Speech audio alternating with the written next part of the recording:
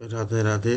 आप सब में स्थित परमात्मा को प्रणाम करके आज हम श्रीमद् भागवत महापुराण के तृतीय स्कंध के तीसरा अध्याय को हम पाठ प्रारंभ करेंगे। तीसरा अध्याय भगवान के अन्य लीला चरित्रों का वर्णन। उद्धव जी कहते हैं, इसके बाद श्री कृष्ण अपने माता पिता देवकी वसुदेव को सुख पहुंचाने की इच्छा से बलदेव बलदेव जी के साथ मथुरा पधारे और उन्होंने शत्रु समुदाय के स्वामी कंस को ऊंचे सिंहासन से नीचे पटक कर तथा उसके प्राण लेकर उसकी लाश को बड़े जोर से पृथ्वी पर घसीटा। सांदीपनी मुनि के द्वारा एक बार उच्चारण किए हुए सांगोपांग वेद का अध्ययन करके दक्षिणा स्वरूप उनके मरे हुए पुत्र को पंचजन नामक राक्षस के पेट से यमपुरी से लाकर दे दिए। भीष्म भीष्मकनंदिनी रुक्मिणी के सौंदर्य से अथवा रुक्मिणी के बुलाने से जो शिशुपाल और उसके सहायक वहां पे आए हुए थे, उनके सिर पर पैर रखकर गांधर्व विधि के द्वारा विवाह करने के लिए अपनी नित्य संगिनी रुक्मिणी को वे वैसे ही हरण कर लाए जैसे कि गरुड़ अमृत कलश को ले आए थे। स्वयंवर में 7 बिना नथे हुए बैलों को नथ कर नागनजिति ने यानी सत्ता से विवाह किया। इस प्रकार मानभंग हो जाने पर मूर्ख राजाओं ने शस्त्र उठाकर राजकुमारी को छीनना चाहा। तब भगवान श्री कृष्ण ने स्वयं बिना घायल हुए अपने शस्त्रों से उन्हें मार डाला। भगवान विषयी पुरुषों की सी लीला करते हुए अपने प्राण प्रिया सत्यभामा को प्रसन्न करने की इच्छा से उनके लिए स्वर्ग से कल्प वृक्ष उखाड़ लाए। उस समय इंद्र ने क्रोध से अंधे होकर अपने सैनिकों सहित उन पर आक्रमण कर दिया, क्योंकि वह निश्चय ही अपने स्त्रियों का क्रीड़ामिग बना हुआ है। अपने विशाल दिल डौल से आकाश को भी ढक देने वाले अपने पुत्र भौमासुर को भगवान के हाथ से मरा देखकर पृथ्वी ने जब उनसे प्रार्थना किए, तब उन्होंने भौमासुर के पुत्र भगवत दत्त को उसका बचा हुआ राज्य देकर उसके अंतपुर में प्रवेश किए। वहां भौमासुर द्वारा हारकर लाई हुई बहुत सी राजकन्याएं थी। वे दीन बंधु श्री कृष्णचंद्र को देखते ही खड़ी हो गई और सबने महान हर्ष, लज्जा एवं एवं एवं प्रेम पूर्ण चितवन से तत्काल ही भगवान को पति रूप में वरण कर लिए। तब भगवान ने अपनी निज शक्ति योगमाया से ललनाओं के अनुरूप उतने ही रूप धारण कर उन सबका अलग अलग महल में एक ही मुहूर्त में विधिवत पाणिग्रहण किए। अपनी लीला का विस्तार करने के लिए उन्होंने उनमें से प्रत्येक के गर्भ से सभी गुणों में अपने ही समान 10-10 पुत्र उत्पन्न किए।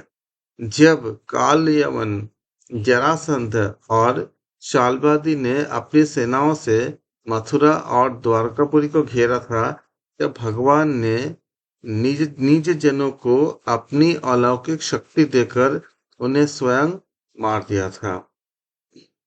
शंबर, द्विविद, वानासुर, मूर, बलबल तथा दंतवक्त्र आदि अन्य योद्धाओं में से भी किसी को उन्होंने स्वयं मारा था और किसी को दूसरे के द्वारा। इसके बाद उन्होंने अपने भाई धृतराष्ट्र और पांडु के पुत्रों का पक्ष लेकर आए हुए राजाओं का भी संहार किया, जिनके सेना सहित कुरुक्षेत्र में पहुंचने पर पृथ्वी डगमगाने लगी थी। कर्ण, दुशासन और शकुनी की खोटी सलाह से जिसकी आयु और श्री दोनों ही नष्ट हो चुके थे, तथा भीमसेन की गदा से जिसकी जांघ टूट चुकी थी, उस दुर्योधन को अपने साथियों के सहित पृथ्वी पर पड़ा देखकर, जब उन्होंने देखा कि पृथ्वी पर पड़ा है, तो देखकर भी उन्हें प्रसन्नता न हुई।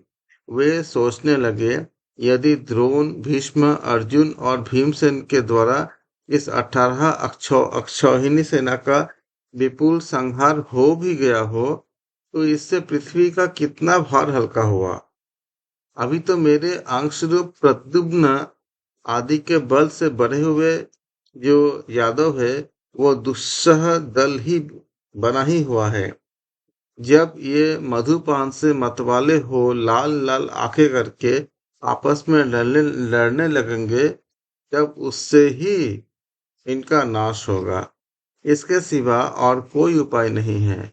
असल में मेरे संकल्प करने पर ये स्वयं ही अंतर्ध्यान हो जाएंगे।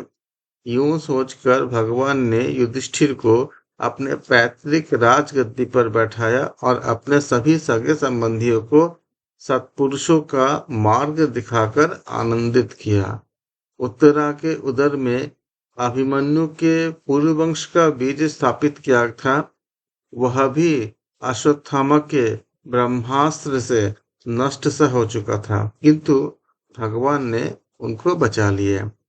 उन्होंने धर्मराज युधिष्ठिर से 3 अश्वमेध यज्ञ करवाए, और वे भी श्री कृष्ण के अनुगामी होकर अपने छोटे भाइयों की सहायता से पृथ्वी की रक्षा करते हुए बहुत आनंद से रहने लगे।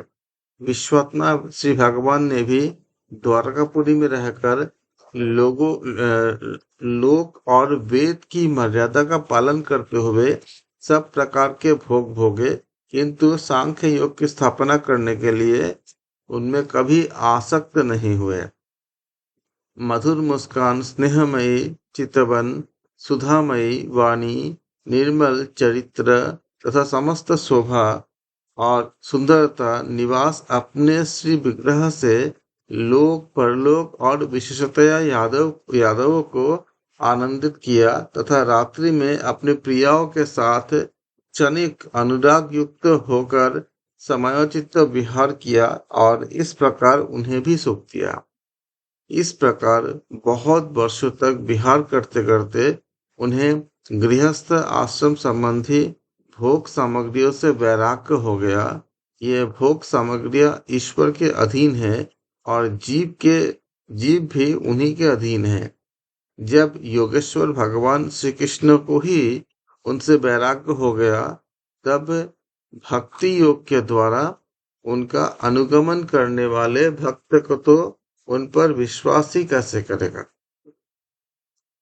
उनका अनुगमन करने वाला भक्त तो उन पर कैसे समझेंगे। एक बार द्वारकापुरी में खेलते हुए यदुवंशी और भोजवंशी बालकों ने खेल खेल में कुछ मुनिश्चरों को चिढ़ा दिए।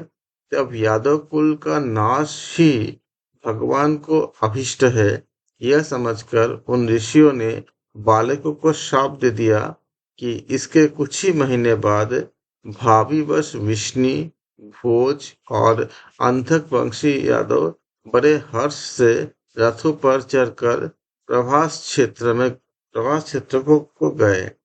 वहां स्नान करके उन्होंने उस तीर्थ के जल से पितर, देवता और ऋषियों का तर्पण किया, तथा ब्राह्मणों को श्रेष्ठ गौवें दिए।